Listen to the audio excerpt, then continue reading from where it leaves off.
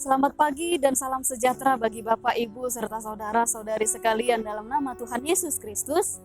Sebelum kita memulai aktivitas kita dalam hari ini, mari kita mendengarkan firman Tuhan yang terambil dari Kisah Para Rasul pasal yang ke-20 ayat 10. Demikian bunyinya.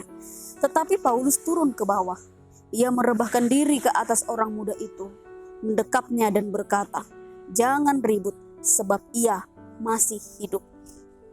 Saudara-saudari yang terkasih dalam nama Tuhan Yesus Kristus, jika kita membaca dari ayat yang pertama hingga ayat yang ke-12, nats ini berkesinambungan, yaitu menceritakan perjalanan Rasul Paulus dari Makedonia ke Troas. Setibanya di Troas, Rasul Paulus memberitakan firman. Ia berkhotbah dalam rumah ibadah. Ketika dia sedang berkhotbah di sana, di rumah ibadah, ada seorang pemuda yang bernama Eutikus. Pemuda ini mendengarkan khotbah di jendela. Lalu tak lama kemudian, pemuda itu terjatuh karena ia mengantuk. Ia terjatuh dari jendela ke bawah.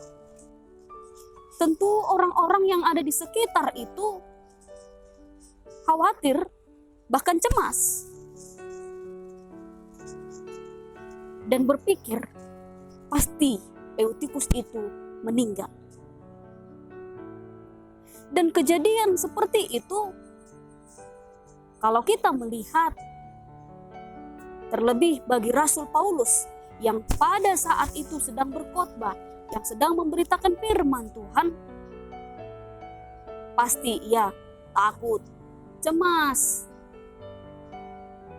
Dan apabila situasi ini diperhadapkan dengan kita, apalagi kalau kita memimpin suatu acara, kejadian seperti ini timbul, maka kita akan takut, kita akan cemas, kita akan khawatir. Bagaimana ini?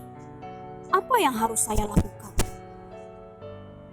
Tetapi di dalam nats ini, Paulus tidak takut, tidak khawatir, tidak cemas, bahkan ia turun ke bawah melihat seorang pemuda yang jatuh dari jendela.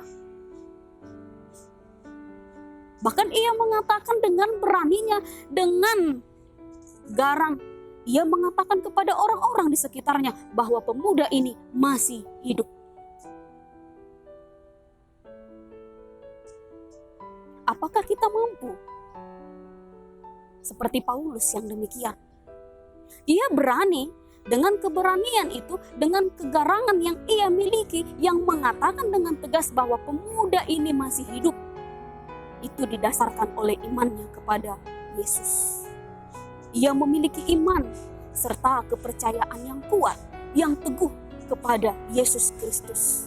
Sehingga ia tidak takut, ia tidak cemas, walaupun pada saat itu ia sedang memimpin ibadah. Apakah kita mampu seperti Paulus?